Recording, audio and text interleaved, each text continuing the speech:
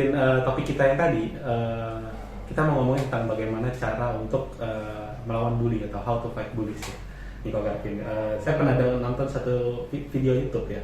Dia kasih tahu seorang motivator kasih tahu cara untuk melawan bully. Jadi dia contohin misalnya dia minta seorang perempuan ini, dia kan motivatornya laki-laki, dia minta perempuan ini tolong ejek saya di depan umum gitu. Jadi dia ngejek nih, kamu jelek, kamu ini, dan dia balasnya dengan impulsif, dia marah-marah, enggak lu awas tuh gini. Nah, nggak berhasil. Jadi semakin dia marah, semakin seneng perempuan ini untuk ikut marah. Udah selesai, terus dia bilang ke audiens ya, tadi itu saya kasih contoh satu untuk melawan bully. Sekarang kamu, dia bilang kamu sekarang coba lakukan hal yang sama, tapi saya akan kasih respon yang beda. Dia marah-marah perempuan ini, tapi dia oh iya, ya saya memang nggak pintar, saya memang jelek dan lain sebagainya. Dari pendapat Koko dulu deh, apakah cara ini efektif begitu? Oke. Mau ngomong efektif atau enggak, sebenarnya kalau bullying digituin, pembuli digituin bisa aja diam. Tapi masalahnya korbannya punya kekuatan untuk menjawab kayak gitu nggak? Karena gini, kan kita bilang kalau bullying itu kan mainnya mental kan, dia udah kena mental nih, ya mentalnya udah dibikin jatuh. Dia kalau ngomong gitu, iya memang saya jelek, memang saya buruk, terus kenapa? Itu malah double attack.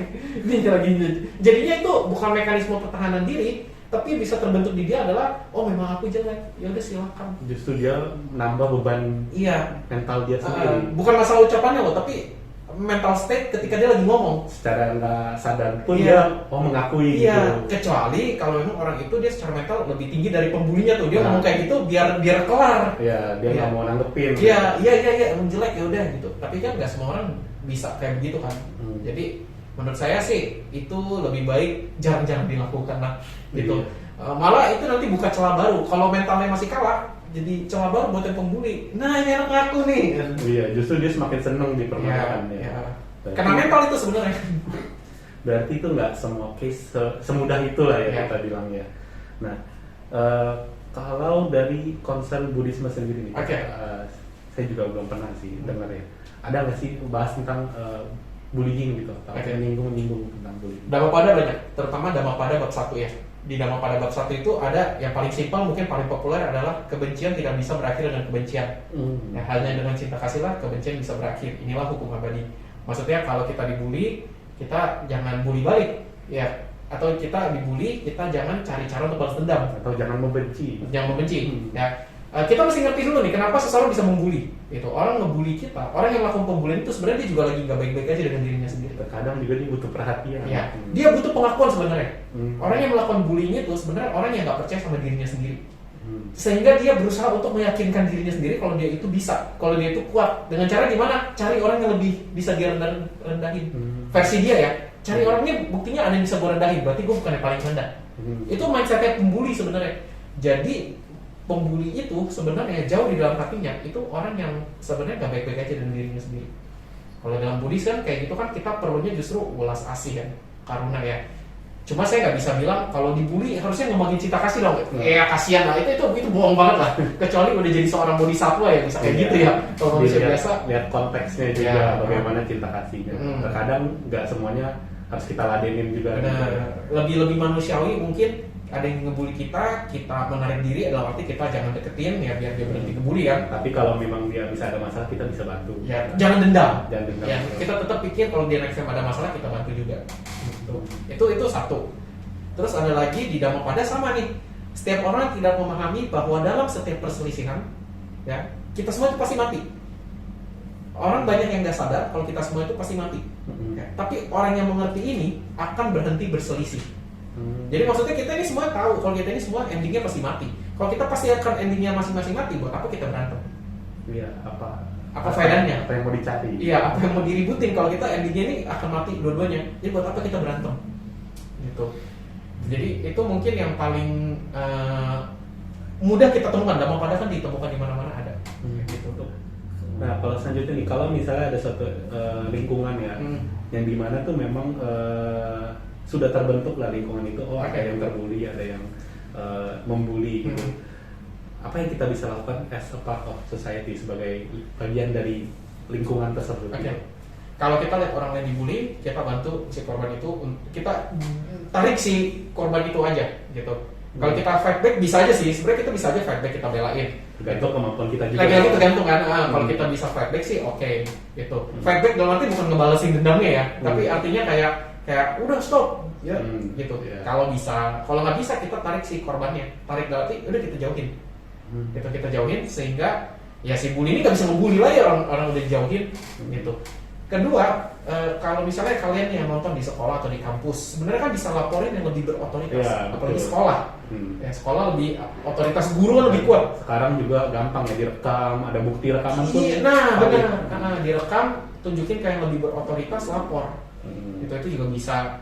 Kalau kuliah ya ada sih bagian kemahasiswaan mungkin ya, atau advisory centernya sebuah kampus. Gitu. Kalau di kantor mungkin kantor yang nggak ada kan layanannya kan. Kalau di kantor yang bisa kita lakukan adalah kalau kita sama rekan kerja nih, kayaknya kita profesional dalam arti ya udah kita hanya akan ngomongin soal kerjaan sama orang itu. Selepas dari itu kita no contact aja. Gitu. Oke. Nah, sebelum menutup nih, saya mau tanya satu lagi nih.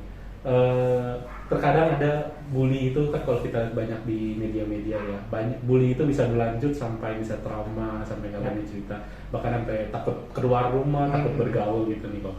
Pertanyaannya apakah memang separah itu, dan juga kalau kita sebagai di lingkungan masyarakat ketemu orang yang seperti itu kita harus seperti apa?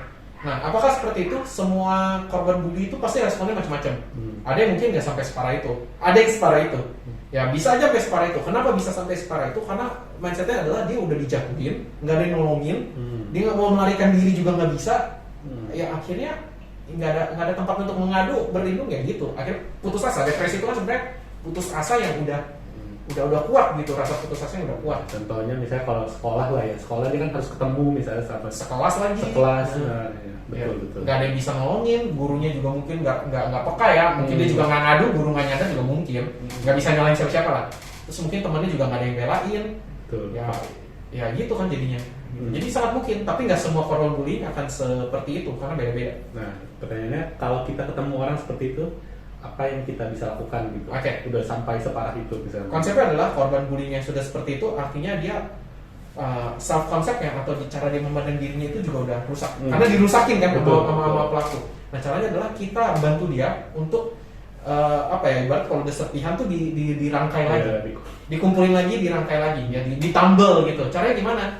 Kita pertama tunjukin bahwa dia itu berharga. Gimana cara nunjukin dia itu berharga? Gua mau berteman sama lo. Ya itu cara paling simpel kan. Gua mau luangin waktu buat lo. Ya, itu artinya udah kita nunjukin kalau dia itu berharga. Ya. Lalu biasanya kalau korban bullying itu kan jadinya kalau mau berekspresi takut kan. Betul. Nanti kalau kita temenin dia, ada pada saatnya dia akan berani ekspresif. Nah di sana kita juga harus nunjukin kalau kita nerima itu. Ya, maksudnya dia ekspresif, dia cerita tentang diri dia, kita tunjukkan bahwa ya it's okay gitu, kayak itu kayak lo selama itu benar ya. Kalau kriminal kita tentu mesti bilang itu kriminal ya. Maksudnya kita izinkan dia menjadi diri dia sendiri tanpa kita koreksi. Dan juga itu kan nggak langsung instan kan. Tahap benar. Karena kalau misalnya orang tua pun bisa ngeliat anak begitu, udahlah malah dimarahin, terkadang disuruh bales. Iya disuruh bales. Jadi maunya instan juga gitu. Karena dia juga begitu kan nggak instan. Dia kan begitu juga hasil dari akumulasi kan, diserang terus. Sama balikinnya juga begitu. Oke. Untuk menutup topik kita nih kok. Jadi menurut Koko, saran Koko untuk para pembuli lah. Apa nih kok? Para pembuli. Sebenarnya gini, pelaku pembuli itu kan karena dia juga memandang dirinya rendah, sehingga dia mencari validasi. Ya, dia menunjukkan bahwa gue bukan yang paling rendah, buktinya dia bisa diraih. Nah, coba sadar diri aja bahwa kita nggak perlu mencari pengakuan yang seperti itu. Kalau kita belum bisa selesai dengan diri kita sendiri, jangan nyerang orang lain. Yang bisa kita lakukan apa? Kita cerita ke teman baik. Ya kita ngobrol ke teman baik, konseling kayak gitu. Jangan sampai merugikan orang lain. Ya, yang sakit, kamu lagi sakit, nggak perlu tularin. Gitu. Cari yang bisa nyembuhin. Itu bagi pelaku sih. Kalau untuk yang terbuli nih kok. Yang terbuli, cari tempat untuk berlindung atau melapor. Ya, cari pihak yang berotoritas di tempat kamu dibully. Ya, minta bantuan, nggak apa-apa, minta bantuan itu nggak lemah. Semua orang pasti butuh bantuan. Gitu ya. Jadi itu bukan hal yang lemah. Kalau kamu minta bantuan, ada yang nolak, itu sakit, tapi nggak semua orang akan nolak. Mungkin satu orang itu nolak, yang lain nggak. Jadi jangan langsung putus asa. Gitu. Ya, jadi cari tempat untuk yang bisa nampung keluh kesah, yang bisa kasih saran ya, yang bisa ya istilahnya bisa menenangkan hati lah gitu. Oke, mantap banget nih, kita udah ngebahas soal isu bullying ya teman-teman, mulai dari definisi sampai ke bagaimana cara untuk menghadapi bullying atau bagaimana cara kita menolong teman kita yang kena bully ini. Thank you banget Pak Garvin udah temenin saya ngobrol, dan teman-teman thank you untuk yang udah nonton. Sampai jumpa di podcast kita selanjutnya. Dadah.